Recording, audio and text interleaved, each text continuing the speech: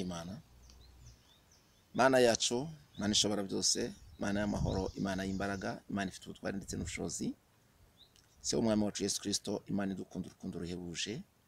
Turagushimiye kuri aya masaha, tugushimiye umugambi wawe mwiza kuri twebwe, tugushimiye kuba abanye natwe mu bihe bitambutse byose kugera kuri uyu munsi. Ukaba watwemereye ko n'uyu munsi wongerwa ku minsi tumaze kugira ngo tugushimiremo izina ryawe niryubahwe. Dutangiye umwanya nk'uyu nguyu, ikiganiro kigiye gukorwa hano ni icy'ijambo ryawe, ni ubutumwa bwiza buzakurikirwa n'abantu batandukanye bari mu mpande zitandukanye. Turasenze ngo ijambo ryawe ryamamare ku isi kandi rigende rihindura imitima myinshi, rifasha abantu gutekereza aho wadukuye, kugira ngo buri muntu wese yitekerezeho uko akora umurimo wawe, aho wamukuye, ajye yibuka uko agomba kuwukora n'uko agomba kuwuhagararamo, kugira ngo duheshe izina ryawe icyubahiro. Urakoze rero, ngaho tuyobore muri ino gahunda, turakuraritse ngo uzubane natwe muri uyu mwanya, Mwuka wera aganze muri twebwe. Iki kiganiro gikorerwe kugira ngo twebwe twamamare, ahubwo gikorerwe kugira ngo izina ryawe ryamamare, izina ryawe rihimbazwe. Urakoze Mana, cyo duheje n'imbaraga z'umwanzi, tero by'abadayimoni tubikubise hasi, byarwanyije umugambi ni byinshi, ariko kuko imbaraga zawe zirwana zikanesha, urasohora uko byagenda kose. Turasenze rero ngo uboneke muri iki kiganiro, Mwuka wera kiyoborere, abazacyumva bose bazahinduke, abacitse intege bongerwemo imbaraga, bari bagoye babyuke. Umuntu wese uzakura iki kiganiro, Uwiteka Imana azongere kumva imbaraga muri we. Urakoze, turagushimiye kumanukiye kubana natwe no kudufasha, mu izina rikomeye ry'umwami wacu Yesu Kristo tugushimira. Imana urakoze, amen. Amazina yanjye nitwa Nzagusabira ku Mana Jacques, ndi umukristo, ndakijijwe, sengera mu itorero rya Sepeni i Bugesera, niho nsengera. Ndi umugabo, mfite umugore umwe, Imana y'amahoro iduhana umugisha. Dutangiye ikiganiro cyacu, ndagira ngo tuganire ku ijambo ry'Imana, kuko niwo murimo Imana yampamagariye kugira ngo nyikorere. Ndagira ngo tuganire ijambo ry'Imana, ndahaye umutwe uvuga ngo ongera utekereze ku guhamagara kwawe. Ese Imana iguhamagara kuyikorera yagukuye he? Yagusanze he? Niyo Imana yagusanze, yakwimitse igukuye he kugira ngo ikwimikire kuyikorera? Turasoma ijambo ry'Imana dusanga mu gitabo cya Samweli wa mbere,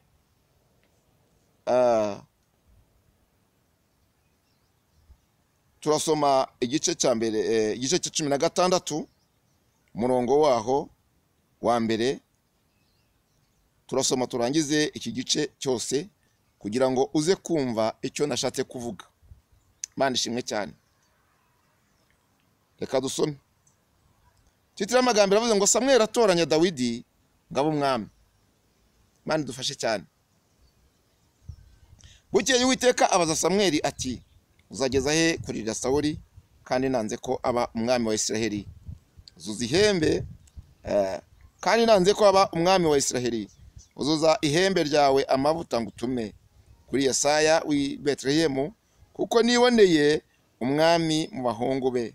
Samweli arabaza ati, nagenda ne ko Sawuli nabyumva azanyica?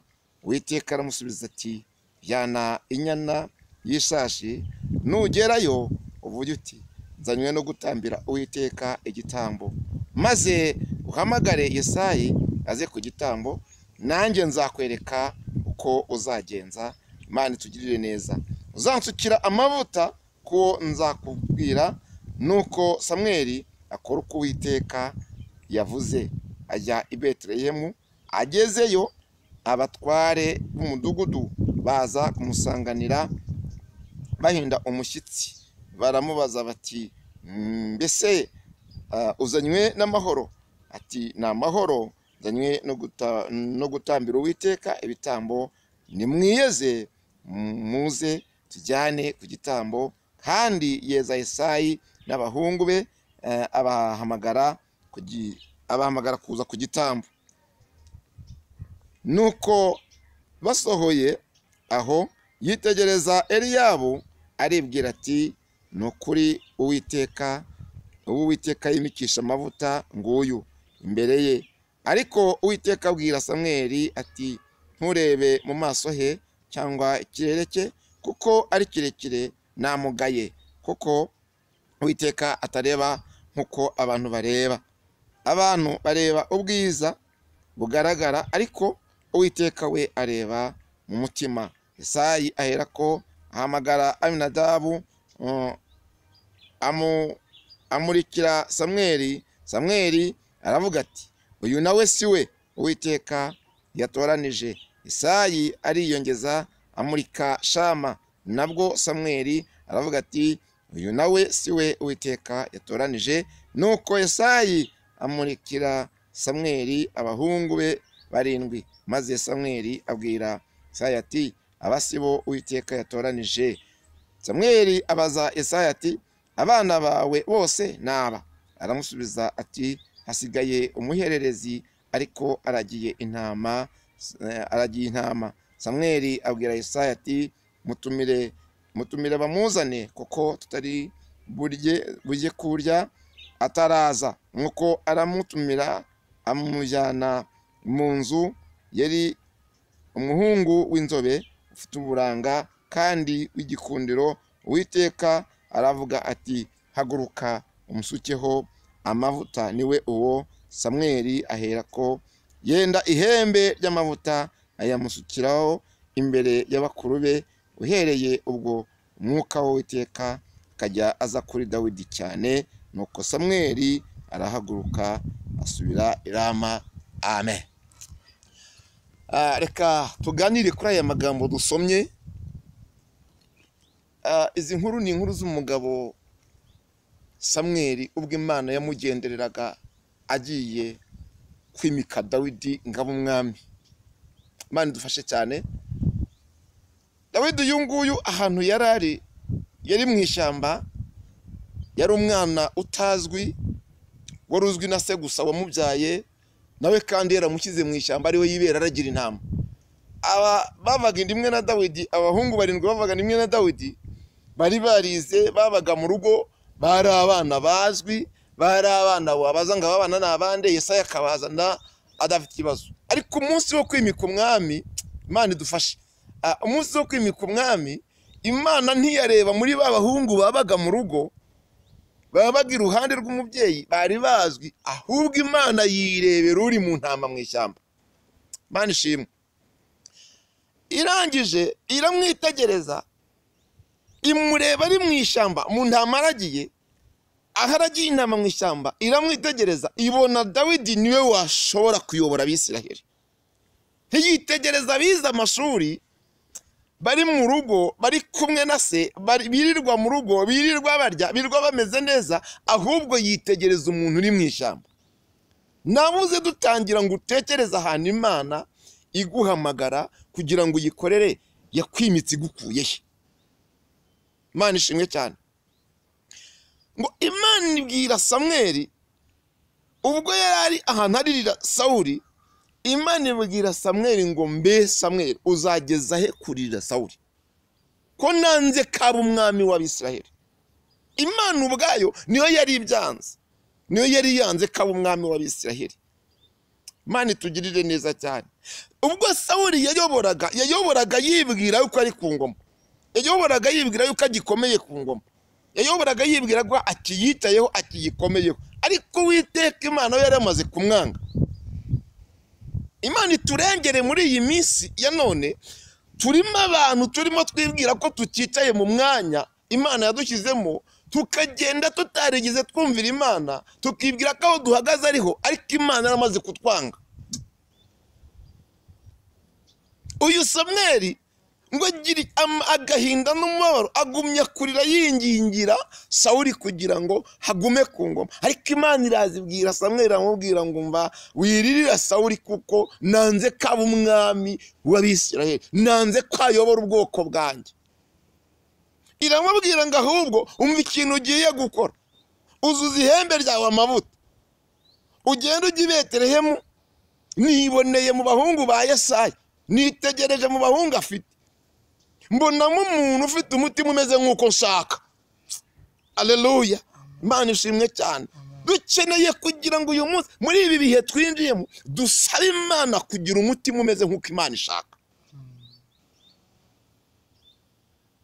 ngo agihaguruka, agitekereza guhaguruka, abaza Imana ngo Mana, kuzi Sawuli ko yari umwami, ningenda hakaramuka amenye ko mpagurukijwe no kujya kwimika umwami, bizagenda gute?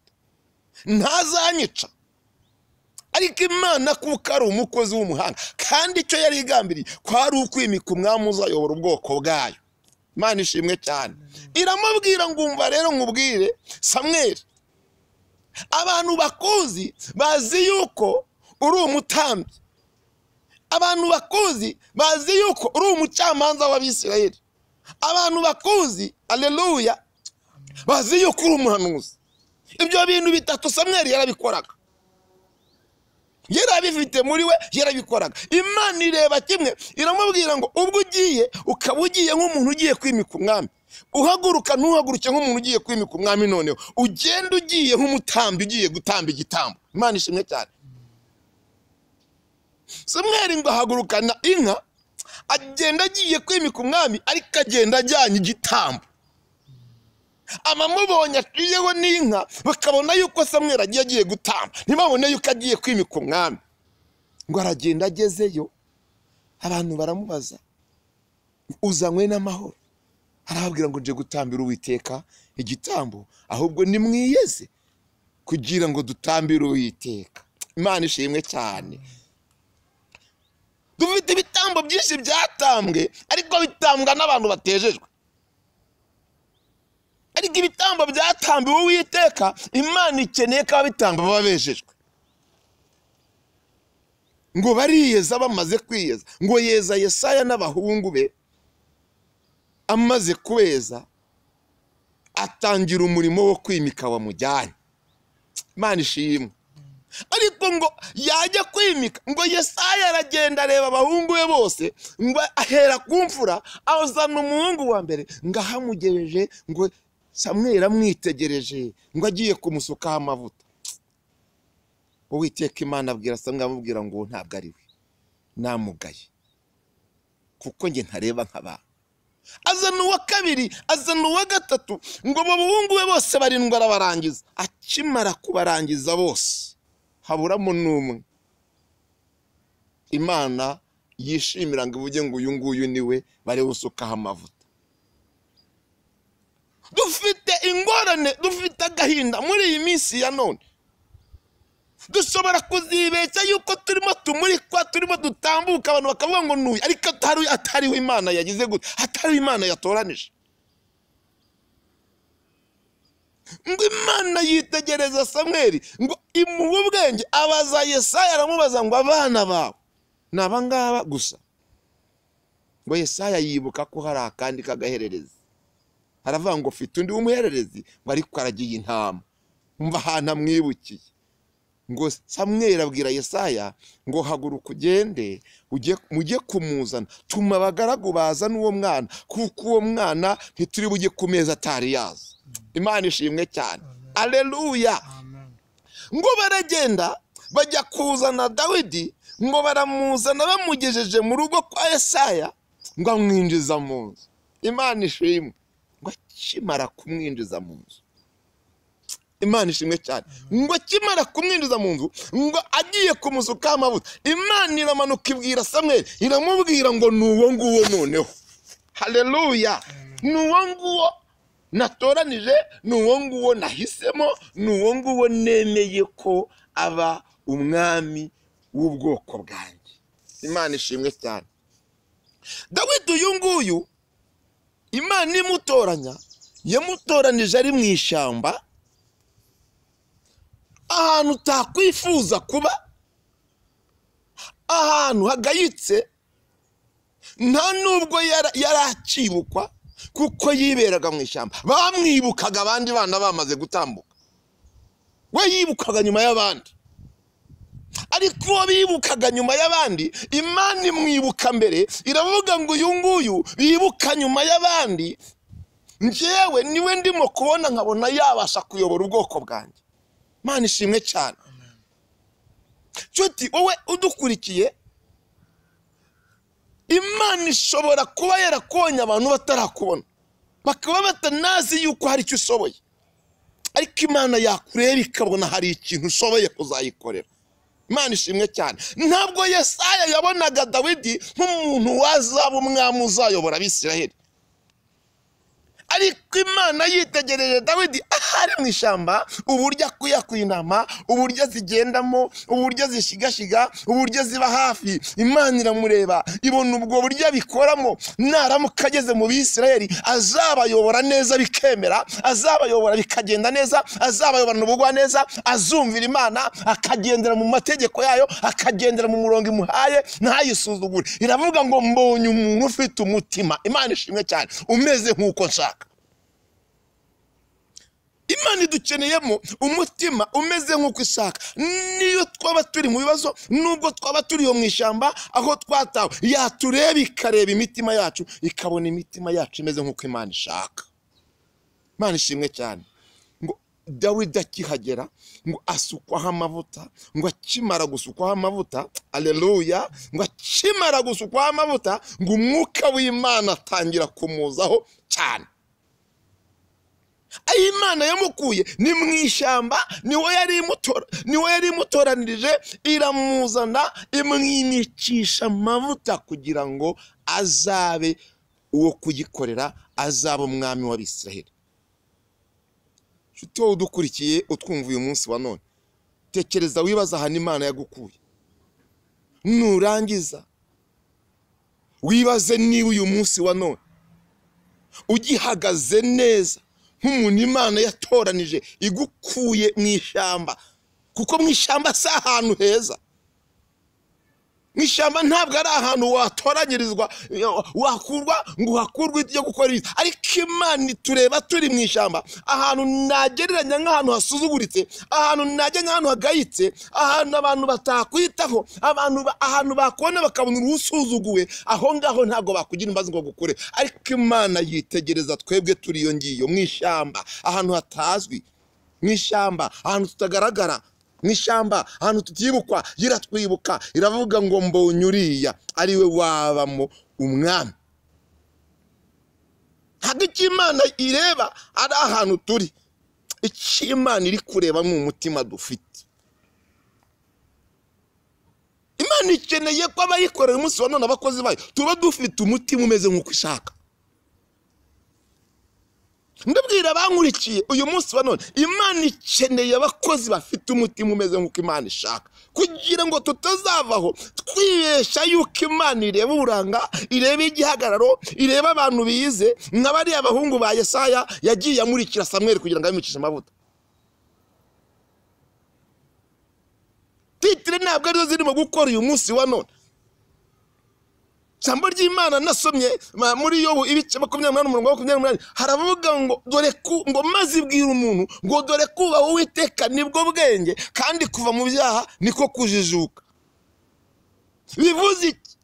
Uzasanga umuntu ufite za dogitora na PhD yanyoye yasinze, ndetse no kugenda atabibasha bamusindagiza.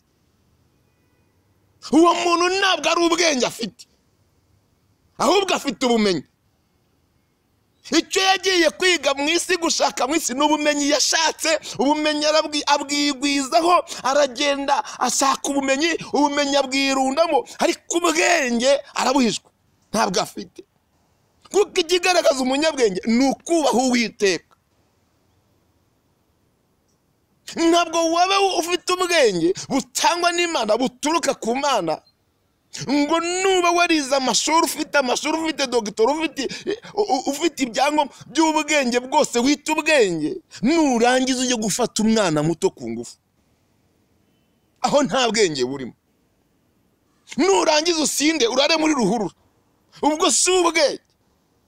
ubwenge Imana irimo kuvuga ni ubu ngubu yavuze muri Yobu, iravuga ngo dore kubaha Uwiteka nibwo bwenge, kandi kuva mu byaha niko kujijuka. Uwo niwe muntu ufite ubwenge Imana ishaka. Imana yitegereza Dawidi ntiyamurebera muri bene nyina, iravuga ngo bariya bafite ubumenyi kuko babwize mu mashuri, ariko Dawidi ufite umutima umeze nk'uko ashaka.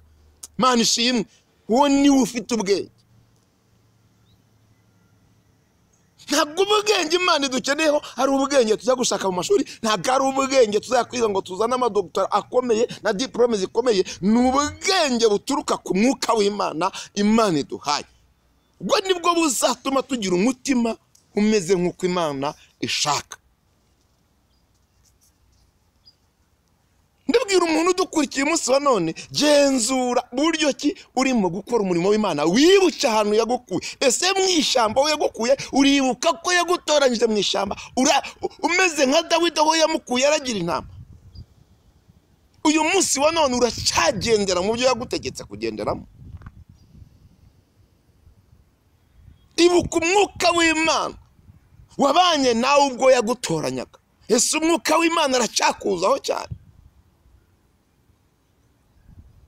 Imana idukeneyeho kuba dufite umutima umenekeye Imana, uciye bugufi, twibuka ibyo Imana yakoze, twibuka aho yadukuye, twibuka yuko twatoranijwe mu ishyamba ahantu habi cyane, twibuka yuko tutarabo kugirirwa neza, ariko Imana itugirira neza. Ntabwo Dawidi ahantu yari umuntu wo kugirirwa neza n'abantu, ariko Imana iramwitegereza iravuga ngo uyu nguyu ahamukuye niwe uzagira umumaro mu Bisiraheli, kuko mbonye uburyo aragira intama mu ishyamba, mbona nayobora ubwoko bwanjye. Imana ishimwe cyane, azabasha kubuyobora kuko mbonye umutima we, mbonye urukundo akunda intama, mbonye uburyo zikuyakuya, mbonye uburyo zibungabunga. Uyu nayobora Abisiraheli, aleluya, azababungabunga, azabakuyakuya, azabagarurana ubugwaneza, azabayobora nituze n'umutima mwiza, ntabwo azabayobora nabi, kandi azanyumvira. Imana ishimwe. Imana yitoranyiriza Dawidi. Ndagira ngo wowe udukurikiye umunsi wa none, Imana yateje imbere, Imana yagiriye neza, ikakuzamura, ukaba hari urwego wavuye, ukaba hari aho ugeze, utekereze ngo mbese ndacyagenda nk'uko Imana yampamagaye, inkuraho yampamagaye kugira ngo inyimike. Mu mibereho ya Dawidi, Imana imuhamagara, yamuvuze ikintu gikomeye, iravuga ngo mbonye umuntu ufite umutima umeze nk'uko ashaka. Uwo mutima Dawidi yarawukomezanyije, abana nawo mu bwami, akajya yumvira Imana, akagenda uko Imana ishaka, agakora uko Imana ishaka. Ariko si uyu munsi wa none, reka twibaze abakozi b'Imana Imana yimitse, Imana yahamagaye, abadiyakoni, abashumba, abapasiteri, turimo turakora uko Imana yaduhamagaye tumeze imbere? Ese turacyafite umutima Imana yatubonagamo iduhamagara? Wa mutima Imana yashimye ikavuga ngo mbonye ufite umutima umeze nk'uko nishi, uracyameze uko wari umeze? Kugira ngo uyu munsi wa none Imana ibe yagutangira ubuhamya. Imana itugirire neza cyane. Dukeneye kwinginga Imana, tukabwira Imana ngo Mana duhe gukomeza kugira umutima nk'uwo twari dufite mbere, uduhamagara, udutoranya kugira ngo tugukorere. Imana iduhane umugisha.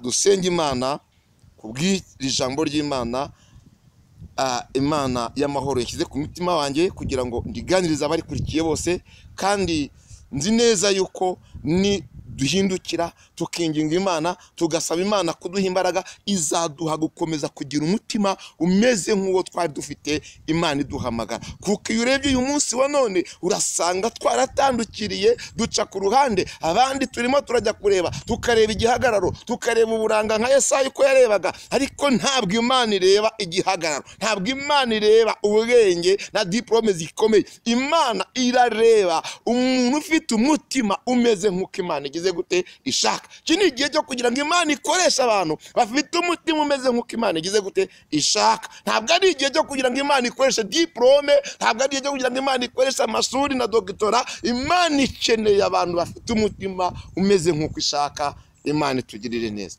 Mana Data wa twese uri mu ijuru, turasenze kubw'ijambo ryawe uduhaye muri aya masaha. Herekeza ijambo ryawe kubw'umwuka wera. Reka umuntu wese wumvira ijambo mwami Imana rizakore ku mutima we, kandi imitima yacu uduhe kongera gutekereza aho wadukuye kugira ngo dushire mu murimo wawe, kugira ngo tudateshuka imitima yacu ikishira hejuru, tukagira imitima ikomeye, tukagira imitima itakumvira. Shima Dawidi waravuze ngo mbonye umuntu ufite umutima umeze nk'uko ushaka. Dukeneye kugira ngo tugire imitima imeze nk'uko ushaka. Dukeneye kugukorera dufite umutima utunganye, dukeneye kugukorera dufite umutima uciye bugufi, dukeneye kugukorera Uwiteka Imana tugutunganiye, kugira ngo umurimo dukora urusheho mwami Imana guhesha izina ryawe icyubahiro. Urakoze, turagushimye kubw'aya masaha meza, kubwuje gukora imirimo ku banyarwanda bose bakurikiye ijambo ryawe, ku banyarwanda bose bazaryumva n'abazaryumva, abazakizwa ku bwaryo, abo uzahamagara ku bwaryo. Nyemerera mwami Imana Data, umuntu wese uzamwambika imbaraga kandi uzamuha umutima kugira ngo arusheho gukora uko ushaka no kushima. Urakoze mwami Imana, kwerekeje ijambo ryawe kandi urekereje umwuka wera kugira ngo rikore icyo ritumye. Ni mu izina rikomeye ry'umwami wacu Yesu Kristo tugushimira. Urakoze, amen. Imana y'amahoro ibahe umugisha.